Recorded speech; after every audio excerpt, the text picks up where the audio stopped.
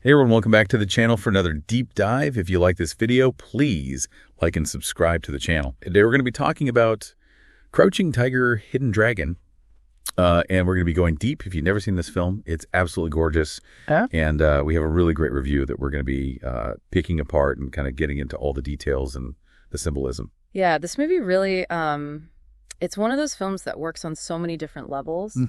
And I think that's part of what makes it so powerful. You can enjoy it as like just a pure action spectacle, but there's also all these like deeper themes and this emotional resonance that just stays with you. Yeah, and the review talks about how it really blends that breathtaking action with this like deeply philosophical exploration, of human emotions and societal expectations. It's so much more than just a martial arts film. Right. And I think that's what surprised a lot of people when it first came out. Like, you had these incredible fight scenes, but then you also have these quiet moments of reflection and these characters who are like grappling with these really complex issues. Yeah. And the characters are so well drawn. Like, you really feel for them, even though they're, making choices that you might not agree with or that are kind of morally ambiguous.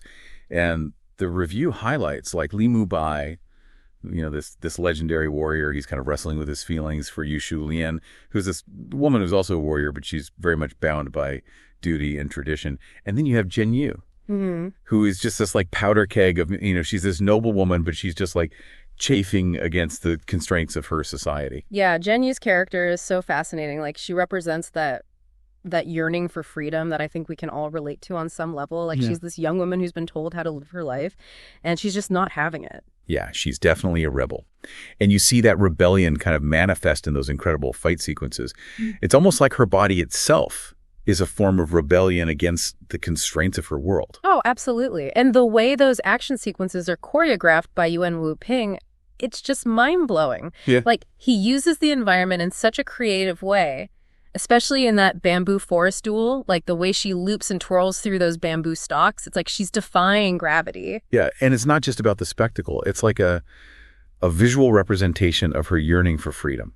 The way she moves through that forest, it's like she's trying to break free from everything that's holding her back. Right, and the bamboo itself becomes this like powerful visual motif, representing both the beauty and the suffocating constraints of tradition. Like, she's surrounded by this beautiful but also very rigid structure. And the review mentions how Yuan Wu Ping used a technique called wire fu to achieve those gravity-defying fight scenes. Yeah. Essentially, they're suspending the actors on wires, which allows them to, perform these incredible feats of agility, and it's like they're floating through the air. Yeah, it adds this like layer of surrealism to the action. Yeah. Like, you're not always sure what's real and what's not, which I think also reflects the film's exploration of themes like transcendence and the pursuit of something beyond the mundane. It's like you're being transported to this other world where the impossible becomes possible. Right, and that's very much in line with the wuxia genre itself. Right. Which translates to martial heroes. It's a genre of Chinese fiction that often features these characters with extraordinary abilities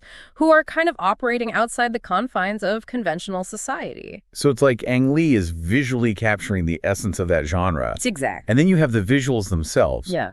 Which are just absolutely breathtaking. Like, it's like stepping into a painting. You have these mist-shrouded mountains, these tranquil lakes, these vibrant silks. Yeah, the cinematography is just incredible. And it's not just about creating pretty pictures. Like, each visual element is carefully chosen to convey a deeper meaning. Like the green destiny sword. Right. Like, it's not just a cool weapon. It's a symbol of power ambition, the allure of the unknown. Yeah. And the color green itself takes on a lot of symbolic weight throughout the film. It can represent life and vitality, but it can also represent envy and jealousy and the destructive potential of ambition. Exactly. And the way the color green is used in the cinematography is really interesting. Like, it shifts from these vibrant hues to these darker, almost sickly shades, which kind of reflects the moral dilemmas that the characters are facing. It's like the green is a visual metaphor for the duality of human nature. Yeah, that struggle between good and evil desire and restraint, tradition, and rebellion. It's amazing how much thought went into every detail of this film. Yeah, it's like Ang Lee is inviting us to look beyond the surface and delve into this rich tapestry of symbolism. And that's what makes it so rewarding to watch. It's a film that you can revisit again and again and always discover something new. Absolutely. And the review also mentions how this film might not be for everyone.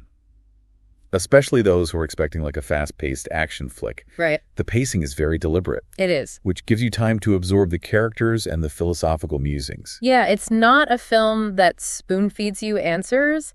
It requires you to engage actively, to contemplate the symbolism and draw your own conclusions. And that's what makes it so rewarding. It is. It's a film that stays with you long after the credits roll. For sure. And it prompts you to reflect on your own life and your own choices. Exactly. And in a world that's so saturated with instant gratification and superficial entertainment, Crouching Tiger, Hidden Dragon stands out as a film that demands and rewards a deeper level of engagement. Yeah, it's a true cinematic masterpiece. It is. It's a film that invites us to think, to feel, and to question. Absolutely. You know, when we were talking about the visuals and all the symbolism, one of the things that really stands out to me is the use of color. Especially the color red. Oh, yeah, for sure. The red is so striking in this film, especially when it's associated with Zhang Ziyi. Right, like it's almost a visual representation of her fiery spirit, you know? Her passion, her rebellious nature.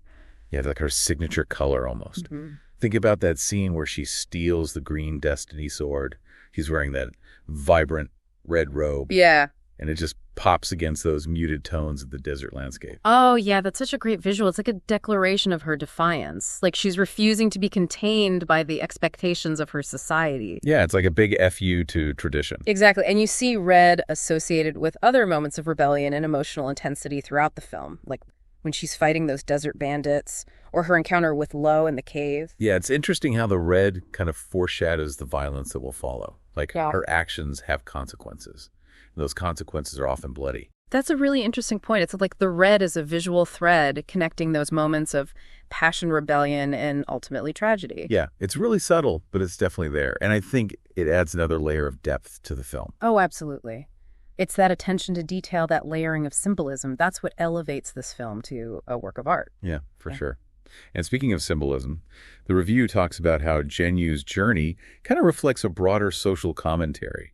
You know, the film is set in 19th century China, a society that was very steeped in tradition and rigid social hierarchies. So Zhang Ziyi's rebellion against those norms, it can be seen as a metaphor for the struggle for individual freedom against the weight of societal expectations. Right. And it's not just Zhang Ziyi who embodies that struggle, like Li Mu Bai and Shu Lien. They also grapple with the constraints of their roles. Yeah, Li Mu Bai, he's this legendary warrior, but he's bound by this code of honor that prevents him from pursuing his true desires. Exactly. And Shu Lien, she's incredibly strong and skilled, but she's limited by the societal expectations placed upon her as a woman. So it's like each character represents a different facet of this universal human experience. Yeah. That desire to break free from the molds we're cast in and forge our own paths. Exactly. And the film doesn't offer easy answers or solutions. It presents these complex dilemmas. Yeah. And invites the viewer to contemplate them, to grapple with that tension between individual desires and societal pressures. It's a film that makes you think about your own life. It does. And how you navigate those expectations. Absolutely. And it does so with such visual poetry. It really does. The cinematography, the music, the choreography, it all works together to create this immersive experience. It's a film that engages your senses, but it also challenges your intellect. Yeah, for sure. You know, there's this one scene that always stayed with me, Li Mu Bai meditating in the bamboo forest. The camera slowly pans across those swaying bamboo stalks, sunlight filtering through the leaves. And it creates the sense of serenity and peace. But then the camera focuses on Li Mu Bai's face.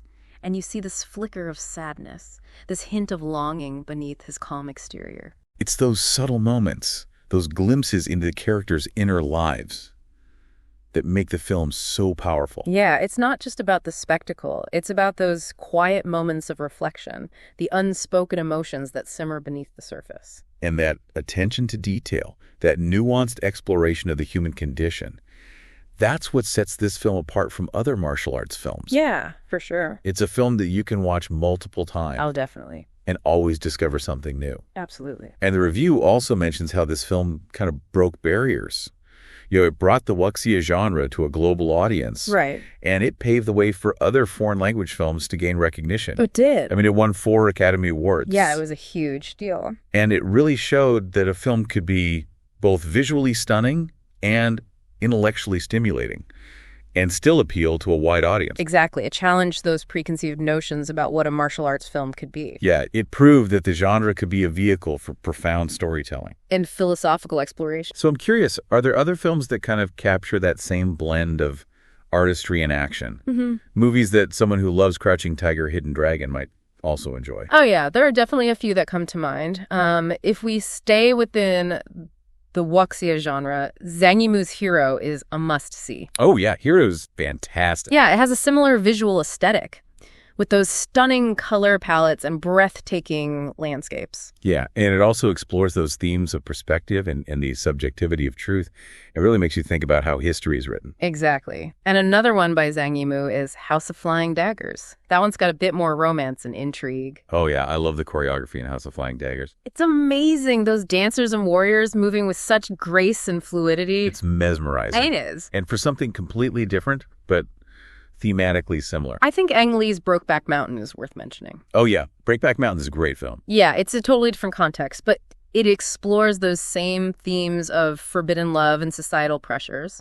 And the consequences of repressing your true nature. Exactly. And another example of how Ang Lee just tackles these complex human emotions with such sensitivity. He really does. He's a master storyteller. Yeah, for sure. And it's not just the characters and the themes, it's the overall tone and atmosphere of the film, that dreamlike quality. Yeah, it's like watching a dream unfold with those moments of breathtaking beauty juxtaposed with these intense bursts of emotion and action. And I think part of that dreamlike quality comes from the film's use of surrealism, like those moments where the boundaries between reality and fantasy blur. Yeah, totally. Like when Li Mu Bai leaps across those rooftops. Yeah. It's like he's defying gravity. Right, or that sequence in the bamboo forest, where the characters move with this fluidity and grace that seems almost supernatural. It's like we're stepping into a realm where the laws of physics don't quite apply. Exactly, and I think that blurring of boundaries between the real and the imagined, it also reflects the film's exploration of themes like transcendence and the power of belief. Yeah, like there's more to life than what we can see and touch. Right. It's like Ang Lee is inviting us to open our minds to the possibility of unseen forces and hidden dimensions. And that kind of ties into the film's exploration of Taoist philosophy. Oh, absolutely. Which emphasizes the interconnectedness of all things. Right. And the importance of finding balance between opposing forces. The review mentions that some viewers might miss the film's subtle nods to Taoism. Yeah, it's definitely there. But it's not always explicit. So can you kind of elaborate on that a bit? Sure. So Taoism is this ancient Chinese philosophy that emphasizes living in harmony with the natural order of the universe. It's about accepting the ebb and flow of life, finding balance between yin and yang, and embracing the interconnectedness of all things. Right. And you see those ideas reflected in the characters' journeys, their struggles to reconcile their desires with their duties, their acceptance of the cyclical nature of life and death. So it's like the film itself is kind of a microcosm of the Taoist worldview. Exactly.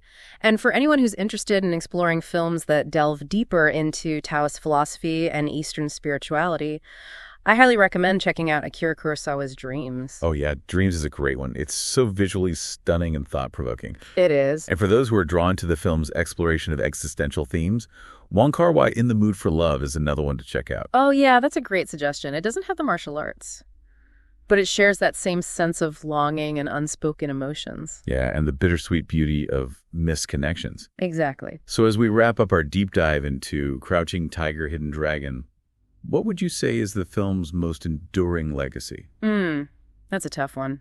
But I think it's the film's ability to transcend cultural boundaries and speak to these universal human experiences. Yeah, it's a film about love, duty, ambition, the yearning for freedom. It celebrates the beauty and fragility of life. And it reminds us of the importance of living authentically and embracing the moments that truly matter. That's a beautiful way to put it.